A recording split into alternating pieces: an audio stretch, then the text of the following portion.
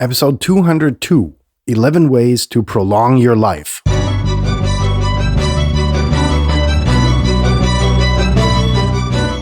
You're listening to the very best podcast in the world on health, wealth, and happiness. Please remember to leave a review and share with all your friends and family. And here is your host, Lars Hilser.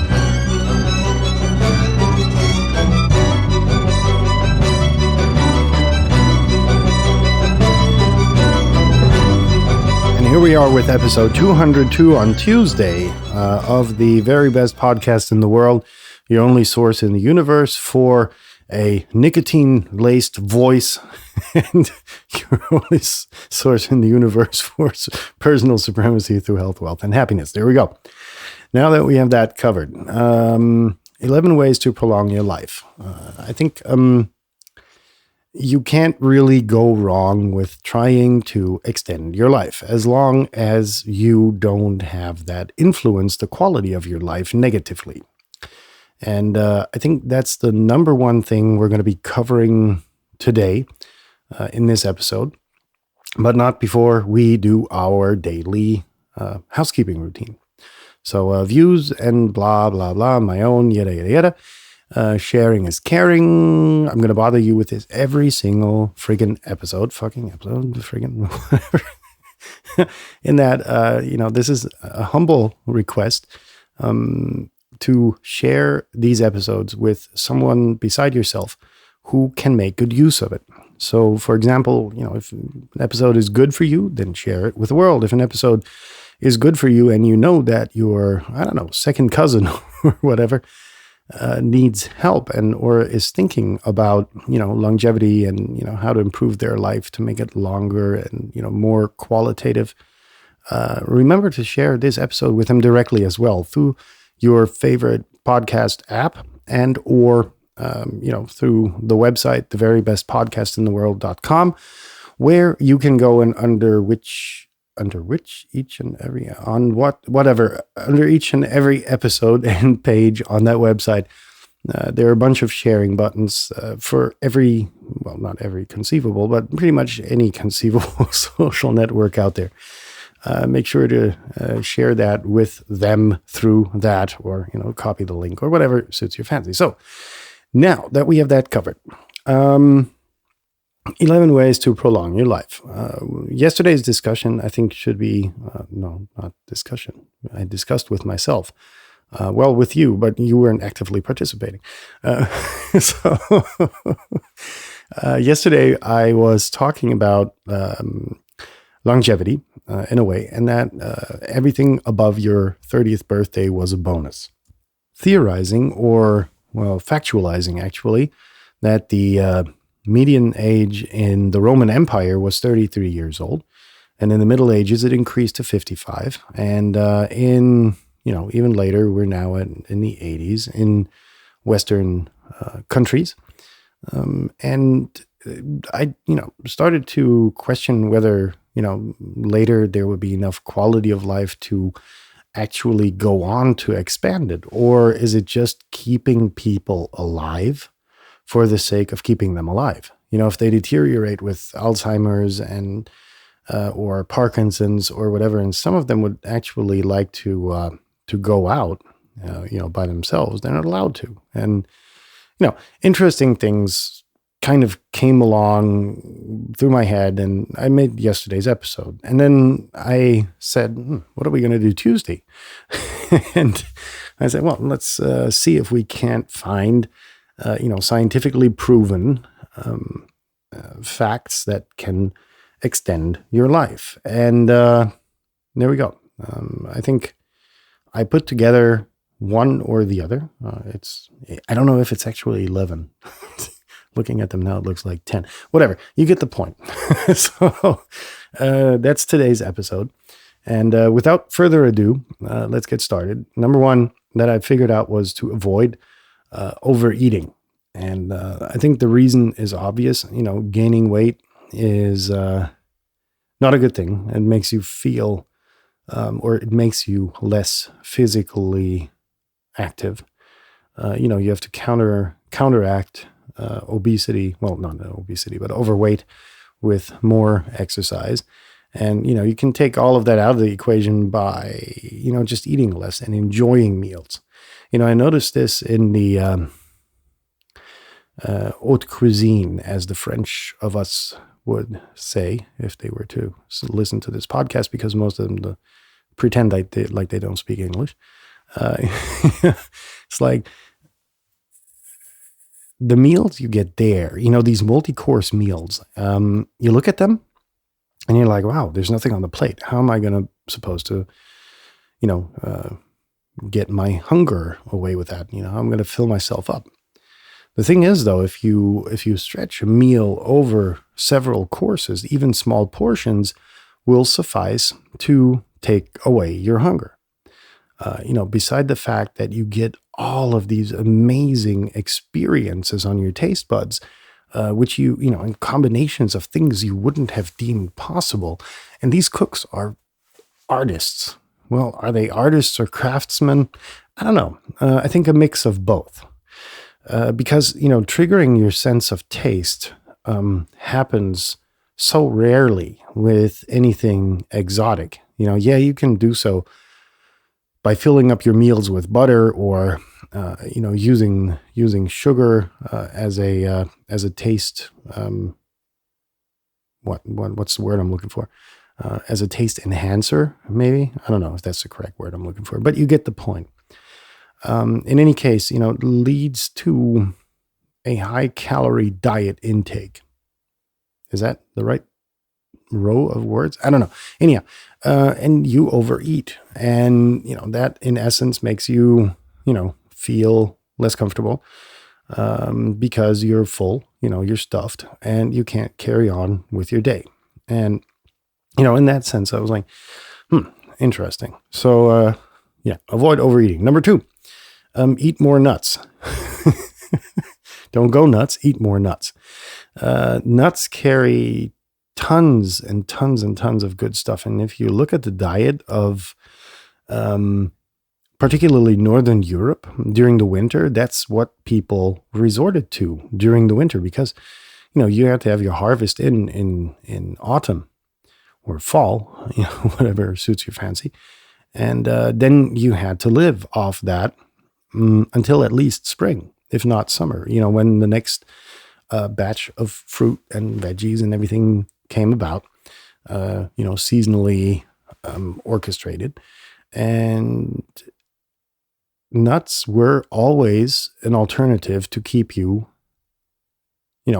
over, or to get you over the winter. And that's something which from our diet has been lost to a degree.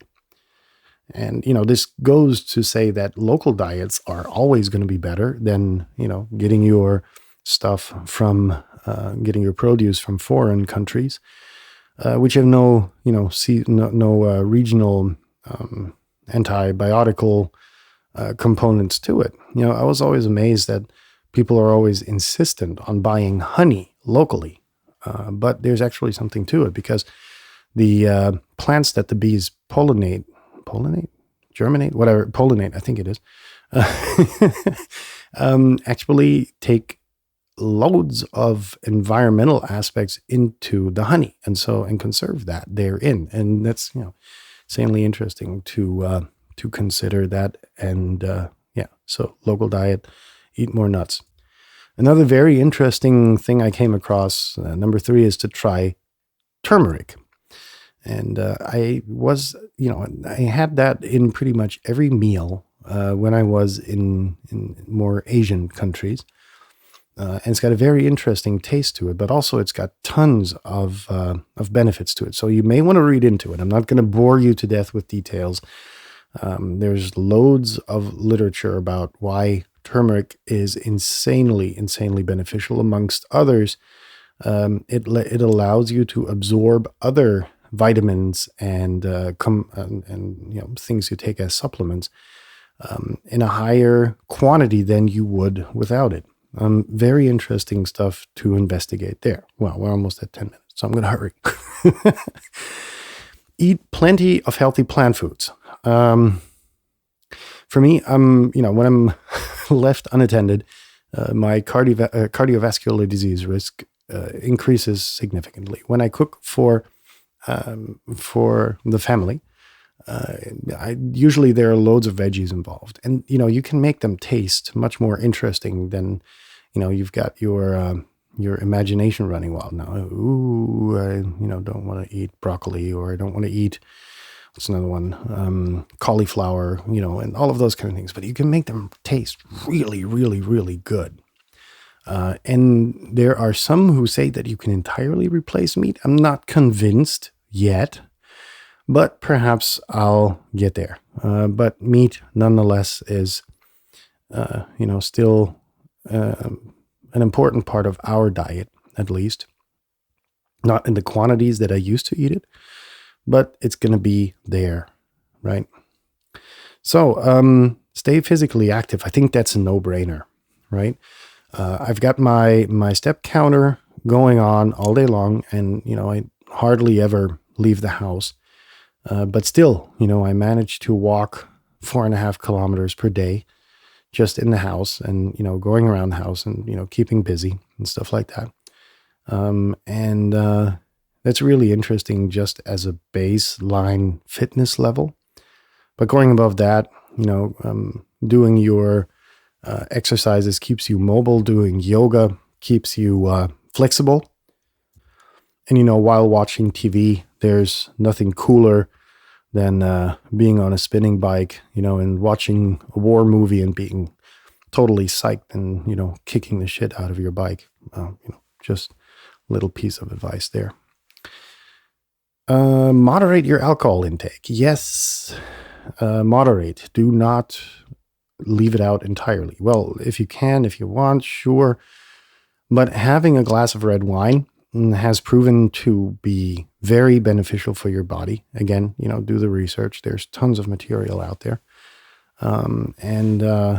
Regularly giving your liver a little bit of poison to take care of keeps that active as well. Nope, that does not include binging, getting hammered.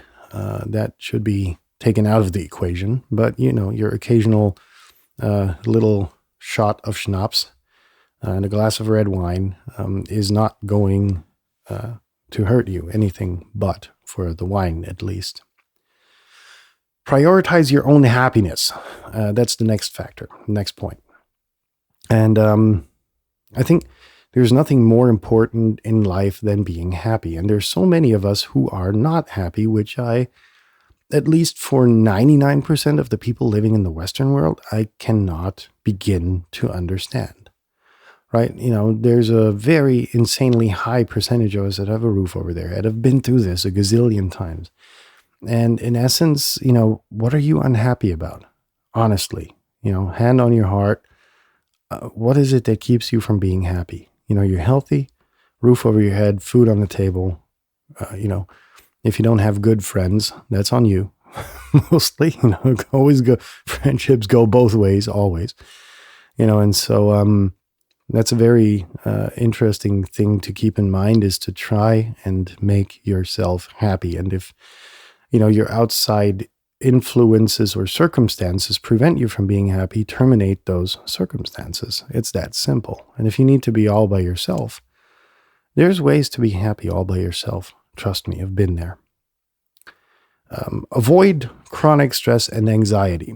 And I would like to take out of the equation the anxiety thing, because we're going to cover that in a later episode. But the chronic stress, most of it is man-made. Right? It's not man-made, it's homemade. Of course, having so many people of different tribes on, the same few square meters, aka the office, that's taken out by Corona, at least in parts. You can be around your tribe, your family, and that takes out some of the chronic stress. But the chronic stress is also the stress you make yourself. Am I too fat? Am I too lazy? You start questioning yourself. And I think, putting yourself in that kind of stress, I don't know. Do you think you're too fat? Do something about it. Do you think you haven't aged well? I don't know, maybe stop smoking or stop drinking alcohol in large quantities, or, change your habits, right? There's a lot of stuff that you question is not really questioning yourself. It's just avoiding and procrastinating away from the solution. Oh, and by the way, procrastination, listen to episode 91 to 93. Those are, your ticket out of procrastination, by the way. Next is to nurture your social circle. Now, why in the hell should you do that? The social circle gives you so much more than you would think immediately. It's like you're standing someone and gossiping or talking or, whatever it is at the end of the day. And it gives you a lot, right? It gives you a lot of comfort. It gives you social exchange, and nurturing these social contexts is insanely important, right? And so in that sense, whether it be your network that you rely upon, call them regularly to catch up, social interaction is so much more important than you may think. And you only start to realize that when these social contacts, your social circle starts to deteriorate for whatever reason. That's something very interesting to experience, how you change if you don't have this wide level of interaction with tons of different people whom all give you different feedback to situations and situations, essentially give you feedback to situations from which you can then build a very well-defined opinion yourself. Take social context out of the equation or your social circle, or decrease that, then you're going to have a very hard time making that same opinion. Oh, by the way, that squeaking you hear is Stevie. He's dreaming. He's fighting off wolves. I think at least 2 packs, by the way. So,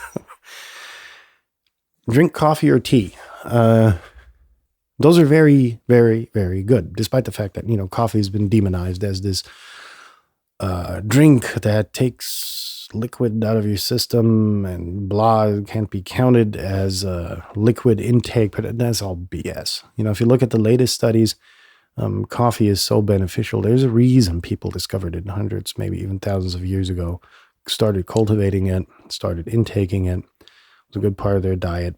It's good for your intestinal tract. There's many other benefits beside the caffeine you may want to look at. Last but not least, be more conscientious. And I think we can already wrap it up here, because if you don't get why you should be more conscientious, not all hope is lost, but it's worth definitely looking into what conscientiousness is and why it is so important. I'm not going to go into much more detail. So we're going to let Stevie finish fighting off his wolves. I'm going to wrap this up for today. Have a good rest of your Tuesday. And if you've already had your Tuesday, have a good night.